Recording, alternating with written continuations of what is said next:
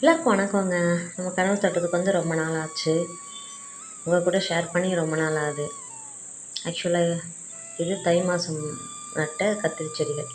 மாடி தோட்டத்தில் விதை போட்டு வச்சுருந்து அந்த செடிகளை வந்து நம்ம இங்கே எடுத்துகிட்டு வந்து நட்டிருக்கோம்.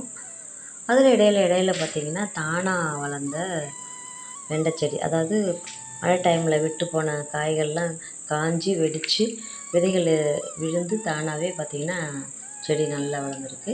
இப்போ தைப்பட்டம் நட்ட கத்திரி செடியெலாம் காய வைக்க ஆரம்பிச்சிருச்சுங்க. பூமியில் இருக்கிறதால அது எவ்வளோ சூப்பராக இருப்பாருங்களேன்.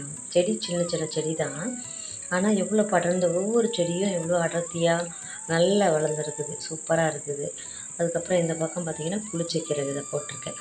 நிறைய செடிகள் வந்துட்டு முளைச்சிருக்குது. நான் எடுத்து ஒரு வாரமும் நான் ஒரு நாள் பறிச்சிருவேன். வாரத்தில் ஒரு நாள் நான் புளிச்சக்கீரை வந்துட்டு அப்படியே வேரோரே எடுத்துகிட்டு இருக்குது, ஏன்னா அடர்த்தியாக வளர்த்துருக்கு. அதுக்கப்புறம் இது பார்த்திங்கன்னா மழைக்கு முன்னாடி வச்ச கத்திரி செடிங்க, பெரிய குண்டு கத்திரி. அது பார்த்திங்கன்னா செம்மையாக வளர்ந்துருக்குங்க. இன்னும் எவ்வளோ பெருசு ஆகும்னு தெரியல. இது ஒரு 2 வாரத்து காய் தான், ஆனால் அதுவே இவ்வளோ பெருசு இருக்குது.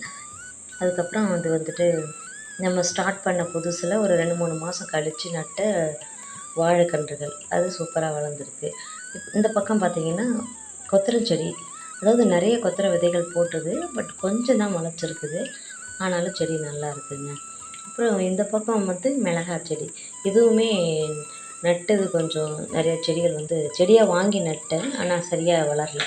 இது பார்த்திங்கன்னா வெள்ளரி, இப்போ வந்து பூ இருக்குது, பிஞ்சு ஒரு சிலது இருக்குதுங்க.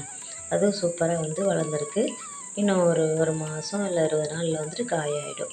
இந்த பக்கம் இதெல்லாம் வந்து புளிச்சக்கீரை தானாக வளர்ந்தது. எப்படின்னா இந்த இடத்துல ஒரு பெரிய புளிச்சக்கீரை செடி இருந்துச்சு, அது காஞ்சி அதுலேருந்து விதைகள்லாம் கொட்டி அப்படியே முளைச்சிருச்சு. அதுக்கப்புறம் ஒரே ஒரு மல்லி செடி குட்டியாக தான் இருக்குது, ஆனால் சூப்பராக வளர்ந்துருக்குது, நிறைய மொட்டு வச்சுருக்குங்க. இந்த பதிவு உங்களுக்கு பிடிச்சிருக்கா? பிடிச்சா லைக் பண்ணுங்கள், ஷேர் பண்ணுங்கள், மறக்காம சப்ஸ்கிரைப் பண்ணுங்கள்.